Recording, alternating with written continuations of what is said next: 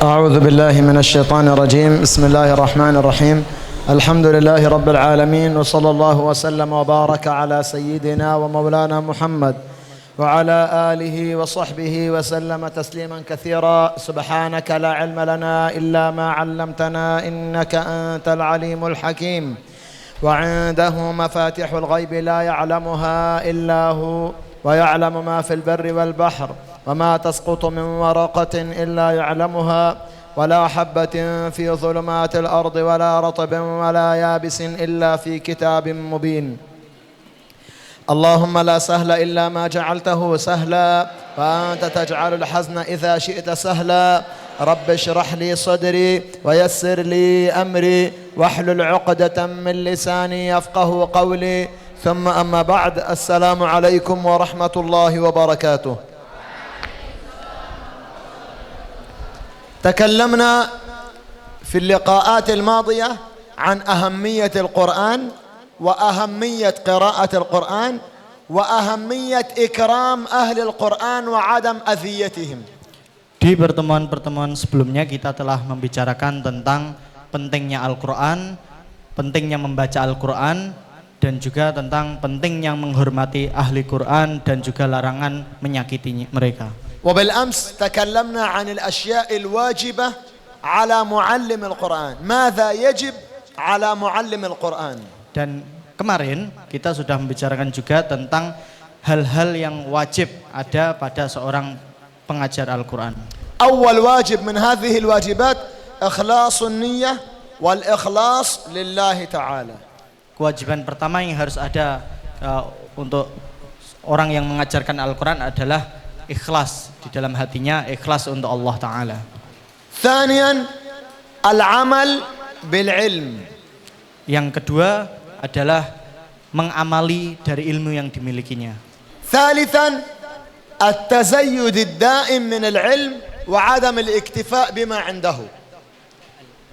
يعني الآن أنا أعلم كل هذا، لابد أن آخذ علم جديد ولا أكتفي بالذي عندي. Dan yang ketiga, dia tidak merasa cukup dengan apa yang dimilikinya. Dia harus selalu ingin mencari lagi dan mencari lagi. أنت وصلت إلى هذا العلم، ابحث عن العلم الذي بعده، ابحث عن العلم الذي بعده، لأن الله يقول وفوق كل ذي علم عليم. Ketika kamu sudah merasa memiliki satu ilmu, maka kamu harus cari ilmu yang lain. Kamu harus menambah ilmu itu lagi dan tambah lagi. Karena Allah Subhanahu wa taala berfirman, "Wa fawqa kulli dhi 'ilmin 'alim." يعني لا يبلغ مرتبة من العلم يقول بعدها خلاص يكفي. أنا شيخ العلماء. ينبغي أنه دائما يأخذ العلم، ليس فقط يعلم الناس، لابد أن يتعلم ويعلم. Jadi sehendaknya tidak seperti ketika sudah merasa punya ilmu, kemudian sudah begitu saja, tidak perlu untuk belajar kembali. كل شيخ لابد أن يكون عنده أستاذ أكبر منه يتعلم منه. Pastinya segala sesuatu dia memiliki ustadz, dia memiliki orang yang lebih hebat daripadanya, dan orang yang hebat pun masih ada orang yang lebih hebat lagi. ليس وظيفة الأستاذ تعليم الناس فقط، إنما لابد من الأستاذ أن يكون له داخل حتى يكون عنده خارج. Jadi kewajiban ustadz bukan hanya sekedar mengajarkan para murid-muridnya saja. Dia juga harus di dalam, tapi dia juga harus di luar, maksudnya juga belajar.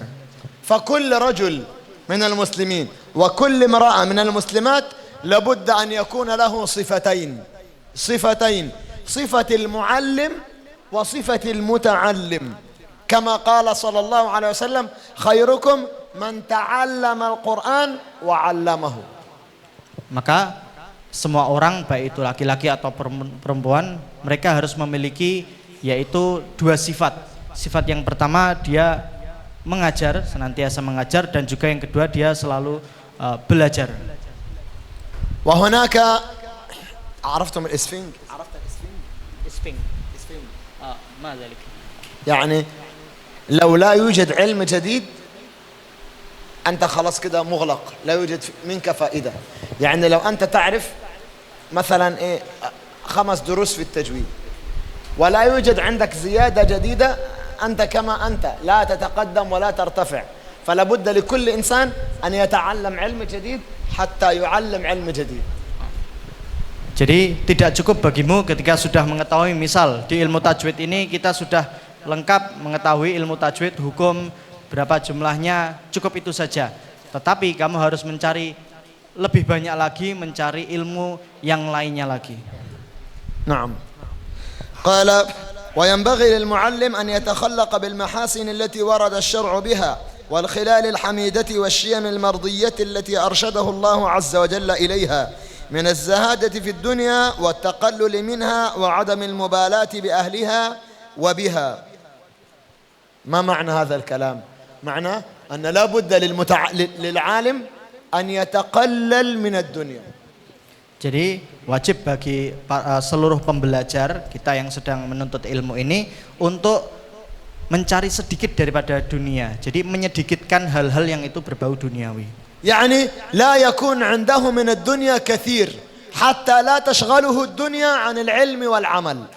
Jadi bukannya dia mengambil banyak bagian daripada dunia sehingga dia tersibukkan oleh hal-hal duniawi sehingga dia tidak lagi fokus kepada menuntut ilmunya. يعني لا يضيع وقته في أنواع الطعام وأنواع الشراب والنوم والراحة والنزهة واللعب لا يضيع وقته في هذا. Jadi dia tidak menyia-nyiakan waktunya hanya untuk sekedar menghabiskan banyak makanan, minuman, hanya sekedar tidur saja dan juga bercanda gurau dengan temannya saja. يأكل أي شيء من الطعام ليس واجب يأكل أحسن شيء لأن الطعام هذا وسيلة وليس غاية. Jadi makanan yang kita makan itu jangan sampai makan seluruh makanan apapun yang ada. Karena makanan itu hanya sekedar wasilah saja agar kita tetap hidup, bukan goyah, bukan tujuan. مثال. Contohnya, Syekh Rahmat يأكل أرز nasi أرز فقط. Misal saya hanya makan nasi saja. وأنا آكل باربيكيو يعني إيه سيدي؟ ساتيه باربيكيو وأيام goreng هكذا. Nah, kemudian Syekh beliau makan sate daging barbeque, apapun daging-daging panggang gitu. أيهما أحسن؟ Mana keduanya yang lebih baik?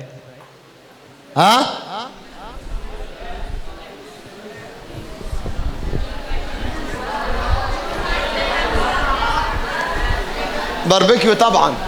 Pasti barbeque yang lebih baik. نعم. لكن في النتيجة الأرز سيعطي القوة وهذا اللحم سيعطي القوة. النتيجة واحدة. Tetapi nasi itu bisa memberikan kekuatan dan juga barbeque juga memberikan kekuatan. لا يوجد فرق. Tidak ada perbedaan. الفرق في اللذة. Perbedaannya hanya pada kelezatannya. اللذة يعني كم حجمها؟ Perbedaannya dari rasanya kelezatan itu seberapa besar lezatnya itu. حجمها هكذا. Jadi perbedaannya hanya sedikit saja. هكذا. Kelezatannya bedanya sedikit saja. هكذا هنا فقط. لأن باربيكيو هذا لو باربيكيو هنا أنت تشعر باللذة؟ Nah, kalau barbeque kamu merasakannya dengan kelezatan? لا تشعر. لو باربيكيو هنا لا تشعر. أنت تشعر باللذة هنا فقط في هذا المكان الصغير. إذن اللذة صغيرة جدا. قبله لا يوجد، بعده هنا لا يوجد، هنا كله سواء. إذن هذه اللذة صغيرة جدا. Jadi kelezatan dari barbeque yang kita makan tuh hanya sedikit sekali dan itu pun hanya ketika berada di tempat kecil di mulut ini. Ketika masuk ke kerongkongan tidak terasa apapun, ketika masuk semuanya sama saja. إذن لا ينبغي أن يكسر في الطعام، يأكل طعام كثير وشرب كثير وينام كثير ويذهب إلى النزهة وإلى اللعب ويضيع وقته. Jadi tidak seyogyanya dia makan banyak-banyak, menghabiskan banyak makanan sampai dia menghabiskan waktunya. المعلم هذا وقته غالي جدا لابد أن ينفع به أمة الإسلام. Seorang pengajar itu waktu dia sangatlah mahal sekali. Dia harus memberikan manfaat bagi umatnya. نعم. أن يقلل من الدنيا وعدم المبالاة بأهلها والسخاء والجود والكرم ومكارم الأخلاق. يعني لا بد للعالم أن يكون كريما ينفق في سبيل الله تبارك وتعالى. Jadi seorang pengajar itu juga dia harus menjadi seorang yang dermawan. Dia harus berinfak dari hartanya. وأن يكون العالم أيضا عنده التبسم وسماحة الوجه ويكون قليل الغضب. Dan seorang pengajar sehendaknya dia selalu tersenyum, memiliki wajah yang berseri dan tidak banyak marah. ولا بد له من الاهتمام بصورته الظاهرية. يعني في الأول يهتم بالإخلاص في القلب والآن يهتم بالظاهر.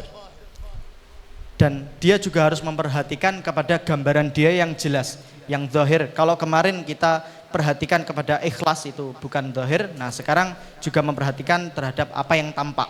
الاغتسال Mandi, وترجيل الشعر menyisir rambut, وقلنسوة أو عمامة memakai imamah penutup kepala, وقص الشارب وتسوية اللحية dan juga mencukur kumis dan juga jenggot, والسواك لتنظيف الأسنان dan juga siwak, ونظافة الملابس. لا يلبس ملابس سيء. نظافة الملابس.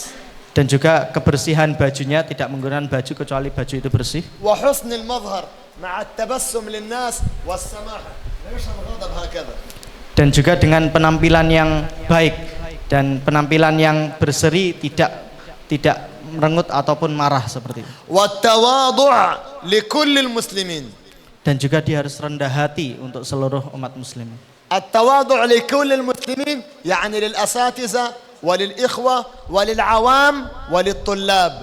Jadi rendah hati ini dia untuk semua orang, untuk ustadz, untuk para murid, untuk orang awam, semuanya harus memiliki rendah hati. يعني يكون هو مثلهم. Jadi dia harus mengibaratkan dia seperti yang lainnya sama. لا يتميز عنهم في الطريق. Dia tidak merasa lebih hebat ketika berada di jalan. يمشي معهم. Mereka para pengajar harus berjalan bersama mereka bersama. ويصلي معهم. Dan juga sholat bersama mereka. ويأكل معهم. Makan bareng mereka. لا يتميز عنهم ويتكبر. Tidak menyendiri dan merasa lebih hebat dan merasa bersombong. ولا بد أن يقوم بحوائجه ويخدم نفسه. Dan dia juga harus mengabdikan diri dia sendiri. يعني لا يقول احمل هذا احمل هذا تريد شيء اذهب. Oh, dia harus memenuhi kebutuhan dia sendiri, bukan nyuruh orang-orang lain untuk memenuhi kebutuhan dia. يا رحمت هات هذا. لا يذهب بنفسه. لو هو يعرف لابد يذهب بنفسه. Seorang pengajar ketika dia mengetahui sesuatu, dia harus pergi sendiri terhadap kebutuhan itu. ولا بد عليه أن يعتني بهذا التواضع لأن التواضع أهم شيء.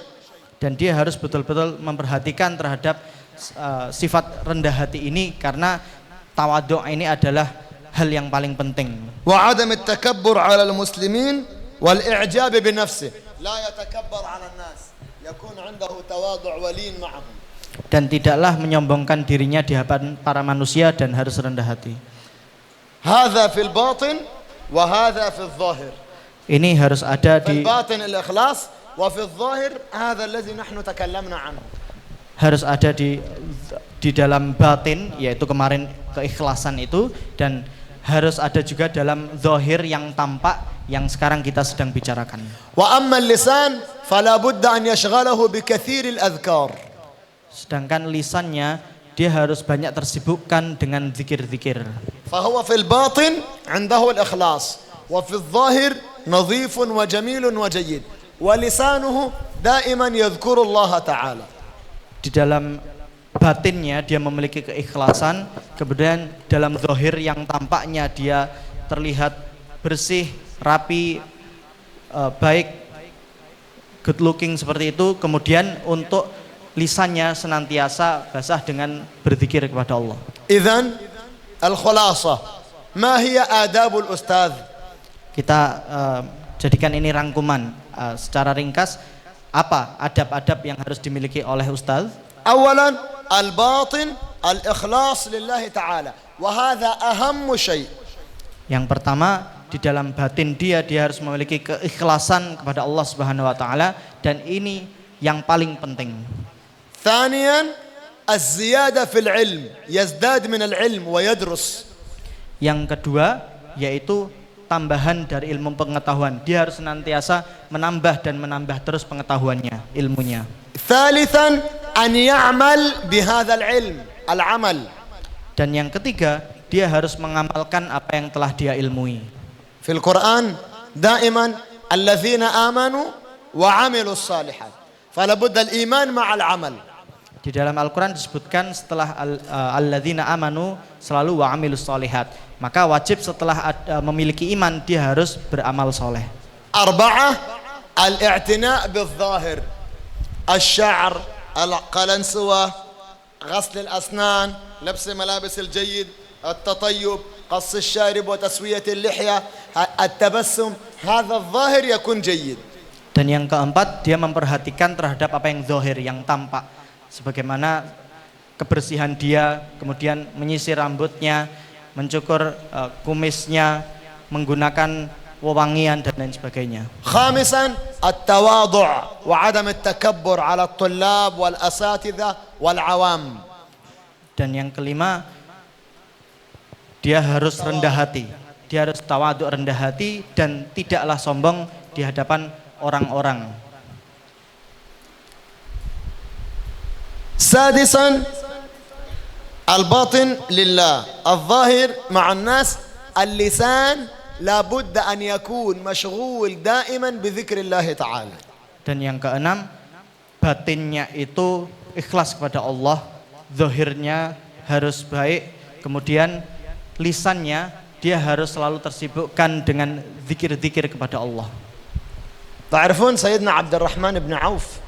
Kalian tahu Sayyidina Abdurrahman bin Auf, صحابي من 10 مبشرين بالجنة. beliau adalah salah seorang sahabat 10 sahabat yang dipastikan masuk surga. قال كنت أسبح الله تعالى في كل يوم 18,000 تسبيحة. Beliau menyampaikan, Abdurrahman bin Auf, bahwasanya beliau bertasbih kepada Allah dalam satu hari sebanyak 18.000 kali.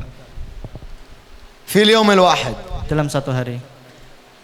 ل 18,000 تسبيحة كثير أو قليل؟ 18.000 dikit atau banyak? طب لماذا أنا أختار عبد الرحمن بن عوف؟ لماذا لا أختار سيدنا أبو بكر وهو خير منه؟ لماذا لم أختار سيدنا عمر أو سيدنا عثمان أو سيدنا علي وهم أحسن من سيدنا عبد الرحمن بن عوف؟ لماذا أنا أختار عبد الرحمن بن عوف بالخصوص؟ Kenapa saya memilih Abdurrahman bin Auf, tidak Abu Bakar As-Siddiq atau Umar dan yang lainnya, padahal itu mereka sahabat yang lebih baik daripada Abdurrahman. Apa kekhususannya di sini? لأن سيدنا عبد الرحمن بن عوف هو أكبر تاجر من تجار المسلمين العرب. الأول سيدنا عبد الرحمن بن عوف، الثاني سيدنا عثمان بن عفان، بزنس مان، عرفته؟ رجل تجارة وغني جدا. Karena Abdurrahman bin Auf adalah salah seorang pedagang yang paling sukses, pedagang yang paling besar di tanah Arab, yang paling sukses, dan yang kedua baru Utsman bin Affan. فالناس يسألونه يعني وهي سيدنا عبد الرحمن أنت مشغول بالتجارة والمال والتجارة والعمل، كيف تسبح؟ أين الوقت؟ 18,000 تسبيحة كل يوم. Orang-orang kemudian bertanya, wahai Abdurrahman bin Auf, engkau adalah seorang pedagang sukses yang pastinya pedagang nomor 1 di tanah Arab, yang pasti sibuk sekali. Tetapi bagaimana kamu tetap bisa menyibukkan lisanmu untuk berzikir, bertasbih sebanyak 18.000 kali dalam sehari? Qala fi a'mali wa qada'i hawaiji. يعني أنا ليس أجلس أقول سبحان الله بحمده سبحان الله العظيم، ليس هكذا، وأنا في الطريق وأنا في العمل وأنا في التجارة وأنا في البيع والشراء وأنا في السفر دائما يسبح الله تعالى. Kemudian Abdurrahman bin Auf beliau berkata, itu semua aku lakukan di dalam pekerjaan-pekerjaanku, ketika aku memenuhi seluruh hajat-hajatku, ketika aku dalam berdagang, ketika aku ke pasar, ketika aku di jalan, aku selalu bertasbih kepada Allah. ولذلك نحن عندنا في الأزهر الشريف العلماء الكبار دائما يصنع هكذا. beliau di Universitas Al-Azhar Asy-Syarif, beliau memiliki ulama-ulama yang selalu membawa tasbih. هو ليس يصنع هكذا، ليس للزينة، الزينة هذا ده للزينة، لكن هذا للعبادة. Jadi itu bukan untuk perhiasan, tapi perhiasan itu seperti jam tangan. Nah, ini untuk ibadah. فلماذا أنا أتكلم في الدرس وهكذا، إذا يوجد وقت فارغ خلاص أنا سأصنع. لا أذكر الله هكذا حتى لا أصنع هكذا. سبحان الله سبحان الله، لا هكذا لابد يكون لا يرى الناس في السر لله تعالى. Kenapa kemudian kami juga gunakan seperti itu? Ketika nanti sudah tidak ada pelajaran lagi, maka beliau berzikir, bukan dengan sengaja dibuka tasbihnya kemudian dibaca subhanallah sehingga orang-orang melihatnya, tetapi beliau menggunakan itu masangnya dan menggunakannya dalam sir, nggak ada orang yang melihatnya. منذ 5 أيام, sejak 5 hari ini, 5 hari lalu, أنا كنت في بوغور. 5 hari yang lalu beliau berada di Bogor. وجئنا بالسيارة من بوغور إلى هنا. Kami tiba di sini dari Bogor menggunakan mobil. تقريبا أكثر من 10 ساعات. Kurang lebih dari 10 jam. استغفار أكثر من 9,000 مرة. Istighfar pasti lebih banyak dari 9.000 kali. أحسن من أنا أجلس ساكت. لا يريد فائدة. أنظر إلى الخارج. لابد ينشغل بالذكر والاستغفار. دائما لسانه مشغول دائما بذكر الله تعالى.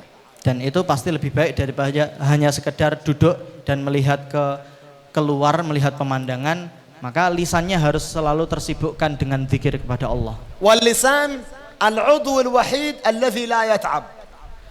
Lidah itu adalah satu anggota tubuh yang tidak akan capek. هل رأيتم إنسان يتعب من كثرة الكلام؟ Apakah kalian pernah menemui orang yang dia lelah, capek karena kebanyakan ngomong? المرأة يتكلم 1000 kata dalam 1 menit ولا يتعب. Perempuan mengucapkan 1000 kata. هذا السر هنا، هذا فقط. يا رحمة. perempuan bagus. حرام عليك يا ابني. أنا أتكلم مع هؤلاء فقط من أساتذة. لكي مكان banyak أتكلم كثيرا. لا يوجد إنسان لسانه يتعبه. Tidak ada manusia yang kemudian lisannya itu menjadikan dia lelah. أنا هل أسألكم سؤال؟ Aku ingin tanya sebuah pertanyaan. هل رأيتم إنسان يعني بطنه يؤلمه؟ Kamu pernah lihat seseorang itu yang perutnya membuat dia sakit gitu? يا نعم. هل رأيتم إنسان رجله يؤلمه؟ Pernah lihat kakinya sakit? هل رأيتم إنسان عينه يؤلمه؟ هل رأيتم إنسان لسانه يؤلمه؟ طيب هل يوجد دكتور للعظام؟ Apakah ada dokter untuk tulang? في دكتور للعين؟ دكتور كلى؟ دكتور لده؟ لا يوجد لأنه لا يتعب أبدا. Enggak ada dokter untuk lidah karena dia tidak akan capek selamanya. يعني ديروا ما ساكت يوجد هذا كليت، هذا العظم، هذا العين، هذا القلب، هذا موجود اللسان سبيشال، اللسان متخصص لسان موجود. Ada dokter spesial lidah? لا يوجد. لماذا؟ Kenapa? لا يتعب. Karena lidah itu tidak akan lelah. ولذلك الجسم يتعب. Kalau badan ini bisa lelah, خلاص 5 صلوات فقط. cukup 5 sholat saja. البطن يتعب من الجوع. Perut pun juga bisa lelah dari kelaparan. خلاص يصوم شهر واحد في السنة. Karena itu puasa hanya sekedar 1 bulan saja dalam 1 tahun. اللسان لا يتعب. Sedangkan lidah ini nggak akan capek. الله يقول يا أيها الذين آمنوا اذكروا الله ذكرا قليلا Ya ayyuhalladzina amanu udhkurullaha dzikran katsira. Allah Ta'ala yaqul wadh-dhakirina Allah katsiran wadh-dhakirati a'adda Allah lahum maghfiratan wa ajran 'azima. Ya ayyuhalladzina amanu udhkurullaha dzikran katsiran wasabbihuhu bukratan wa asila wadhkurullaha katsiran la'allakum tuflihun. فإذا أفضتم من عرفات فاذكروا الله كذكركم آباءكم أو أشد. الذكر كثير جدا ليس قليل أبدا. Allah Subhanahu wa taala berfirman dalam beberapa ayat bahwasanya kita disyariatkan untuk senantiasa berzikir dan untuk memperbanyak zikirnya. Ya ayyuhalladzina amanu dzkurullaha katsira, berarti mengucapkan zikir itu banyak juga. Jadi di ayat-ayat yang lain pun demikian, maka zikir tidak hanya sedikit tetapi seyogyanya kita perbanyak zikir itu.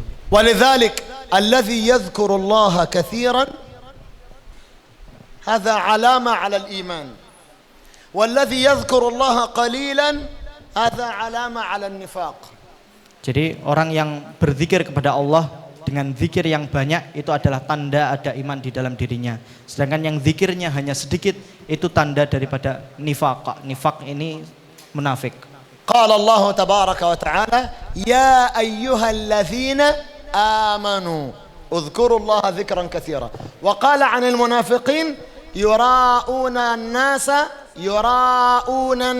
wa la yadhkuruna Allah illa qalila. Idzan la budda insan an yakun minal mu'minin wa yadhkuru Allah katsiran. Disebutkan dalam firman Allah, ya ayyuhalladzina amanu dzkurullaha dzikran katsira. Berarti untuk wahai orang-orang beriman, berzikirlah zikir yang banyak. Ini seruan untuk orang yang beriman. Tanda iman dia selalu berzikir banyak. Sedangkan orang munafik dijelaskan innal munafiqina yukhadi'una Allah wa huwa khadi'un. المنافقين يخادعون الله وهو خادعهم يراءون إذا قاموا إلى الصلاة قاموا كسالى إذا قاموا إلى الصلاة قاموا كسالى يراءون الناس ولا يذكرون الله إلا قليلا. Orang-orang munafik itu hanya sekedar yura'unan nas, hanya ingin dilihat oleh manusia saja, biar dilihat oleh orang-orang. Wala yadhkurunallaha illa qalila. Dia tidaklah zikir kecuali hanya dengan jumlah yang sangat sedikit sekali. Itu tanda orang yang munafik.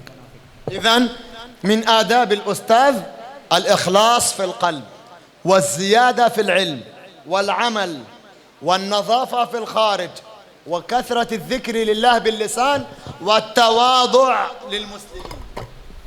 إخلاص في القلب، قلب إخلاص. Jadi seorang pengajar itu harus memiliki keikhlasan di dalam hatinya. على العقل زيادة في العلم.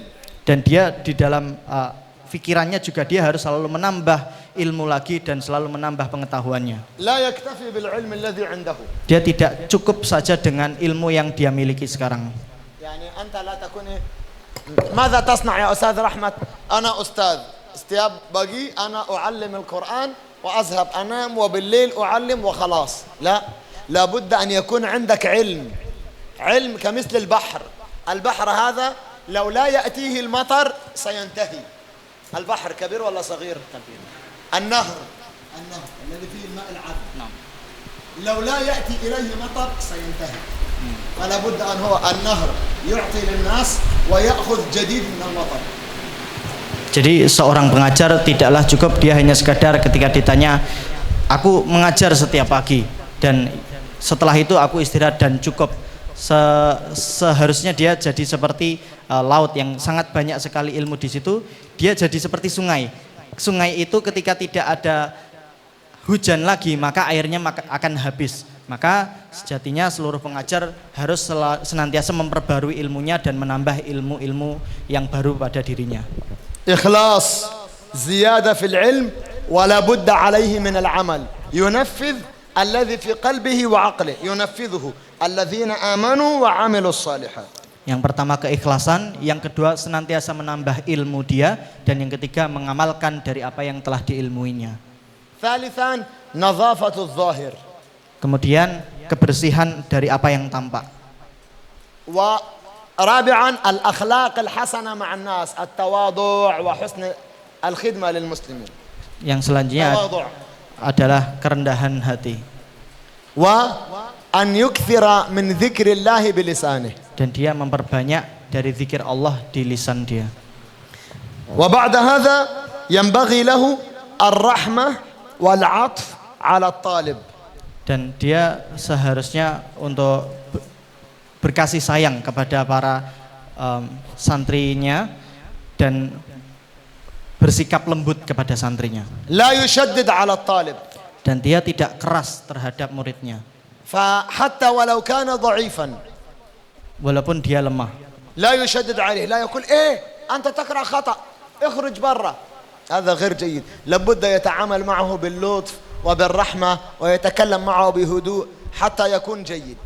Walaupun kemudian murid tersebut lemah, kemudian ketika melakukan kesalahan kita keras kepada dia, kita nyuruh dia untuk keluar dari kelasnya, itu tidak boleh. Jadi semuanya harus tetap disamakan, semuanya lembut ke seluruh muridnya. وأن يصبر على الضعفاء. Dan dia harus bersabar terhadap orang-orang yang lemah. ليس هذا من الضعفاء يؤخره وأن يصبر على الضعفاء. Dan dia harus bersabar terhadap orang-orang yang lemah. وألا يفرق بين الطلاب. Dan sehendaknya dia tidak membedakan di antara para murid-muridnya. وألا يفرق بين الطلاب لأنه يحدث البغض في قلوبهم. Tidak membedakan murid-muridnya karena adanya rasa marah di dalam hatinya. لا، لو أنا أفرق هذا جيد وهذا ضعيف هو سيكره أخوه ويحدث البغضاء بينهما وهذا خطأ. Kalau aku bedakan antara yang satu dengan yang lain, pastinya nanti akan ada rasa sakit hati di antara kedua murid tersebut. بل ينبغي أن يعتني بهم جميعا كأبنائه. Sehendaknya dia memperhatikan kepada seluruh muridnya itu seakan-akan mereka adalah putra mereka sendiri. يعني لو أنت عندك 3 أبناء، ولد ذكي وولد متوسط وولد ضعيف الذكاء، هل أنت ستلغي هذا الأخير أو ستعتني به حتى يتحسن؟ Kalau kamu punya 3 anak, yang satu anak ini bagus, pintar, kemudian yang kedua dia pertengahan, yang anak yang ketiga ini dia lemah gitu. Apakah kamu akan membedakan antara ketiganya atau kamu akan bimbing tiga-tiganya sampai semuanya jadi baik? ماذا ستصنعون؟ Membimbing. Na'tani bihim. لابد أن تعتني حتى الجميع ينجح. Nah, kita harus memperhatikan kepada seluruh anak ini sehingga semuanya bisa sukses. تعرفون سيدنا يوسف؟ عرفتم نبي يوسف؟ Nah, نبي يوسف يعني سقط في البئر. Nabi Yusuf itu jatuh ke dalam sumur. صحيح؟ هل نبي يوسف هو الذي ينزل إلى البئر بنفسه؟ Apakah Nabi Yusuf yang turun ke sumur itu sendirinya? من الذي يرميه في البئر؟ Siapa yang membuangnya ke dalam sumur? لماذا؟ Hasad. أبوه يوسف يميز يوسف عن الآخرين وهم يكرهونه ويأخذونه ويرمونه في البئر. Karena saudara-saudaranya Nabi Yusuf membencinya dan membedakannya, akhirnya karena kebencian itu membuangnya ke dalam sumur. لو أنا مثلا أقول إيه عندي مجموعة تلقي. Misal saya memiliki kelompok atau regu talaki. نحن نمكث في التلقي 2 minggu. Nah, kita menjalani talaki ini selama 2 minggu. Setiap hari أقول إيه ini masya Allah bagus. في آخر تلقي ما الذي يحدث؟ Kalau misal beliau selalu memuji كل يوم أقول هذا ممتاز. kepada salah seorang murid ini selalu dipuji bagus, mumtaz. Apa yang terjadi di akhir nanti? في آخر التلقي الجروب سيأخذه ويرميه في البئر. Orang yang lainnya dia akan mengambil orang yang selalu dipuji itu dan melemparkannya ke dalam sumur. في كل يوم Setiap hari أنا أقول واحد أنت جيد. Saya katakan ke salah seorang, mungkin kamu bagus. صحيح النساء صحيح عائشة بالأمس في كل يوم واحد أنت جيد واحد أنت جيد ليس setiap hari Allah Syekh Fathul Mubin Syekh Fathul Mubin سيقتل Syekh Fathul Mubin إذن لابد أن هناك يعني لا يفرق يكون عنده مساواة ما بين الطلاب. Beliau di satu hari kemarin mengatakan kepada Anissa Nurjannah itu jayyid gitu, bagus gitu. Kemudian besoknya ke Aisyah itu bagus. Jadi bukan ke satu orang selalu setiap hari dia katakan bagus, bagus, bagus. Karena kalau itu terus orang yang dikatakan nanti ya akan dibunuh oleh teman-teman yang lainnya gitu. Wa hadza alladhi yusamma adab at-tarbiyah. Adab at-tarbiyah. Ini yang dinamakan adab pendidikan. Al-ustadz mas'ul 'anil tullab, al-'ilm wal qalb. Jadi seorang pengajar itu bertanggung jawab terhadap para muridnya. Mas'ul 'an al-'aql alladhi fihi al-'ilm wal qalb alladhi fihi al-iman. Para pengajar mereka bertanggung jawab terhadap akal yang dimana di dalamnya ada ilmu dan juga bertanggung jawab terhadap hati para murid yang dimana di dalamnya ada iman. Misal, law anna ahad at-tullab yahzan. Misal, ada seorang muridnya sedang bersedih. La budda lil ustadz an yas'a ma'ahu hatta yarda. Maka ustadz ini harus berusaha bersama murid ini sampai murid ini kemudian bisa menerima. Min huna min al-masjid, dari masjid ini hatta yarkab as-sayyara wa yamshi. Sampai dia masuk mobil dan dia berjalan gitu. Wala yarji' wa huwa yahzan. Dan tidaklah dia pulang dalam keadaan bersedih. Lan huwa mas'ul 'anil 'ilm wa mas'ul 'anil qalb isnin. Maka dia memiliki dua tanggung jawab atas pikiran dia tentang ilmunya dan bertanggung jawab atas hatinya juga. Walihadza nahnu nadrus hadzal kitab al-'azim. Karena itulah kita mempelajari kitab yang agung ini. Hal hadzal kitab huwa al-Qur'an? هل هذا تلقي؟ ليس. طيب هل هذا الكتاب التجويد؟ النون الساكنة والتنوين موجود هنا؟ ما هذا الكتاب؟ الأدب. كتاب ماذا؟ الأدب يعني الأخلاق. كيف أخلاق الأستاذ؟ كيف أخلاق الطلاب؟ كيف العلاقة مع الأستاذ والطلاب؟ هذا لابد. Yang kita pelajari di kitab ini adalah tentang adab. Bagaimana adab pengajar itu, bagaimana adab muridnya, bagaimana hubungan antara guru dan muridnya. Al-khulasah, la budda lil ustadz an ya'tani bi'aqli at-talib fil ilm wa biqalbi at-talib fis sa'adah, la yakhruj wa huwa yahzan. Sebagai rangkuman di sini adalah sehendaknya seorang guru, seorang pengajar itu terhadap akalnya, pikirannya, muridnya dalam ilmunya, kemudian juga memperhatikan hatinya dalam hal kesenangan kegembiraannya. Wa an ya'taniya bi ahwal at-tullab wa ma'rifatihim. Yuhawil ya'rif at-tullab.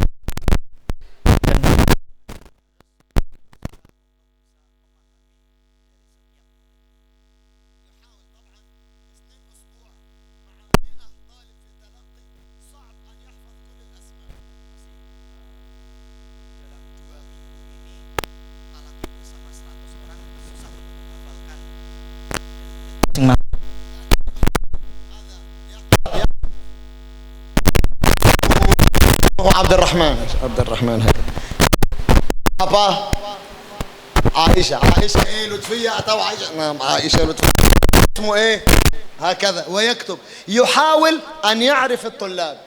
Tetapi dia harus berusaha untuk mengetahui dari masing-masing muridnya. حتى يكون عنده تواصل مع الطلاب. كونكت عرفت كونكت يا سيدي؟ نعم. يكون عنده اتصال مع كل طالب.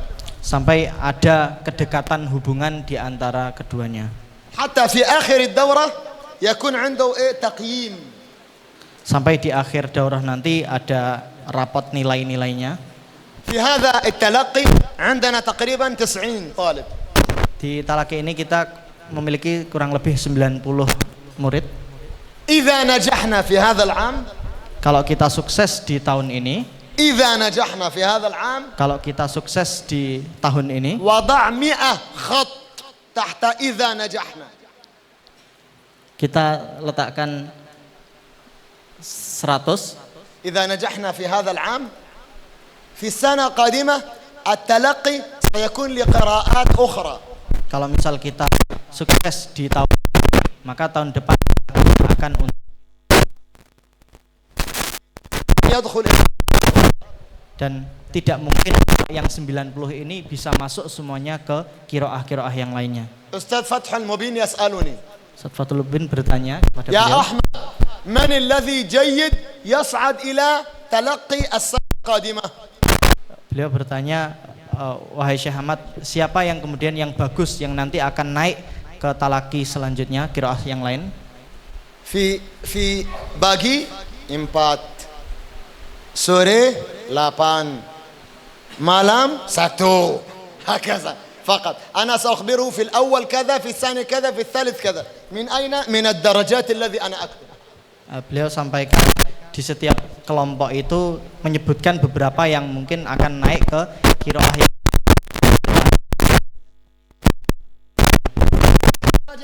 ليس على قراءة الصحيحة فقط. Jadi nilai-nilai itu bukan hanya sekedar dilihat dari bacaan yang baik saja. الدرجة من 10. Nilai itu dari 10. 5 للقراءة الجيدة و5 للأدب. Jadi bacaan yang benar yang baik dan 5 nilai sisanya diambil dari adab. مثال Sebagai contoh, في تلقي ليس لا أذكر أسماء في تلقي وخلاص في تلقي واحد من التلقي الأربعة salah satu dari kelompok talaki يوجد طالب أو طالبة ada seorang murid santriwan atau santriwati, قراءته متوسط bacaannya biasa saja pertengahan, وهو عندي في الجدول نمر 1 dan di daftarnya Pertama, itu atas. nomor pertama. لماذا؟ Kenapa? أولا هي بنت Oh, itu perempuan ya. أولا تجلس ساكتة تجلس تسكت Pertama duduk itu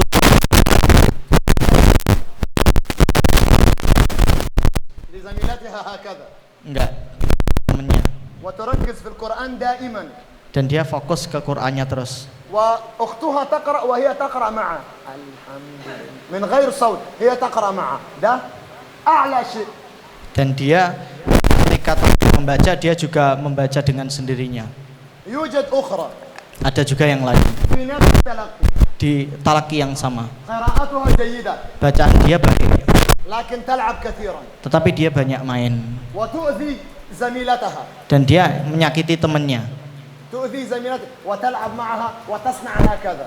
Nah, dan dia juga bercanda dengan sebelahnya. لو أنا في مصر Kalau ini dia مع هذه dan itu pondok saya sendiri, سأتصل بأبيها وأطردها من المعهد. saya akan teleponnya dan saya akan keluarkan dari pondok saya. لكن لا محمد هذا ليس مدرسة قرآنية هذا محمدية. Nah, tapi ini bukan madrasah, pondok MBS. 50% العلم 50% الأدب والأخلاق. Jadi 50% untuk bacaan, 50% untuk adab dan akhlak.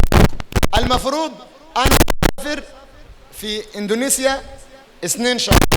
Sebenarnya kewajiban saya ke Indonesia شهر bulan. 1 bulan Jawa 1 bulan Sumatera. Jadi 1 bulan di Jawa, 1 bulan di Sumatera. لماذا هذا في هذه مرة خامسة منذ الماضية أنا كنسل سوماترا كنسل كله دوا مينغو دي. Ini kali kelimanya ini. Kenapa?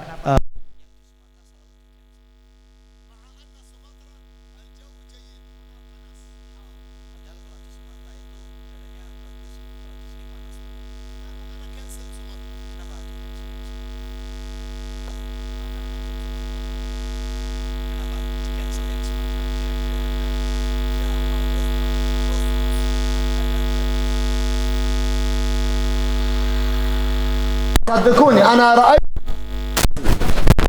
di Jawa Tengah khususnya.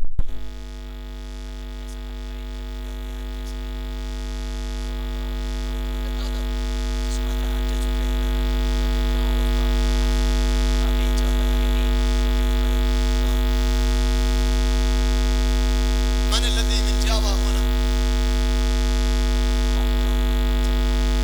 من الذي من جاوة يرفع يده؟ ما شاء الله ما شاء الله.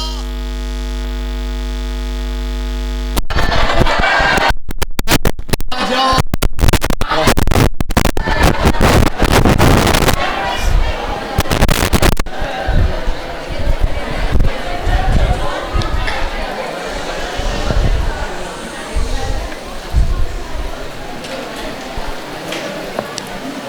وينبغي أن يعدل بين الطلاب الأبناء يعدل بين الطلاب لأنهم كالأبناء قال رسول الله صلى الله عليه وسلم اتقوا الله واعدلوا بين أبناء. Dan sehendaknya dia berlaku adil kepada seluruh ininya dan menganggapnya adalah seperti anaknya sendiri. وهذا أهم شيء أن يعتني بالطلاب. Dan ini yang paling penting untuk memperhatikan kepada murid-muridnya. لأنه لو لم يعدل بين الطلاب إما الطالب سيكره في قلبه وإما سيسأل لماذا أنت لا تعدل بيني وبين أصحابي. Kalau dia tidak berlaku adil kepada seluruh muridnya, pastinya mungkin murid itu pertama akan benci kepada dia, yang kedua mungkin akan bertanya kepada gurunya, kenapa kok nggak berlaku adil kepada saya. هذه الصفحة Halaman ini, هذه الصفحة بالذات هذا الباب يتكلم عني وعن الأستاذ كان الدين. jadi halaman ini الذي نحن حسب نناقش كله هنا. نعم.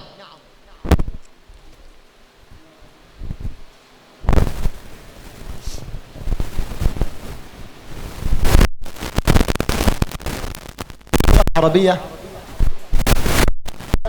بين ابن وولد. dalam bahasa Arab itu ada perbedaan antara arti ibn dan juga walad. الابن هو من الصلب. Kalau ibn itu yang kandung. نعم. والولد هذا يكون من الصلب ويكون مع الأدب، مثل أن إنسان يقول له يا أبي يا أبا فلان وهكذا. ولذلك رسول الله صلى الله عليه وسلم يقول إذا مات ابن آدم انقطع عمله إلا من ثلاث: صدقة جارية. صدقة جارية.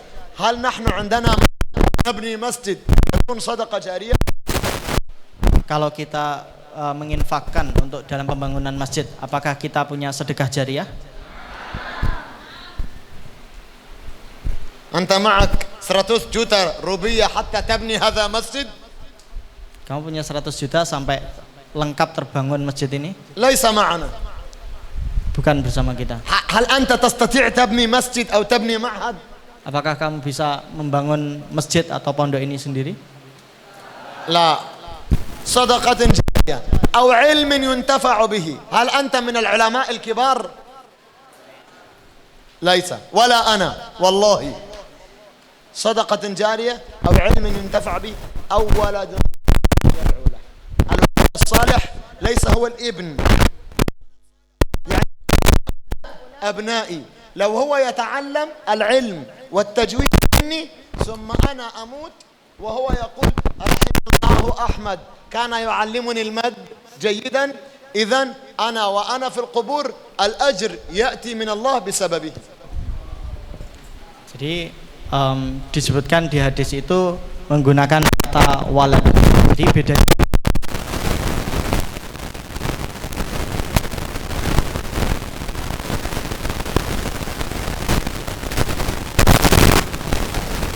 Mengajarkan dia. Misal ketika beliau Syekh nantinya sudah wafat, kemudian kita sebagai para muridnya mendoakan beliau agar dirahmati Allah, maka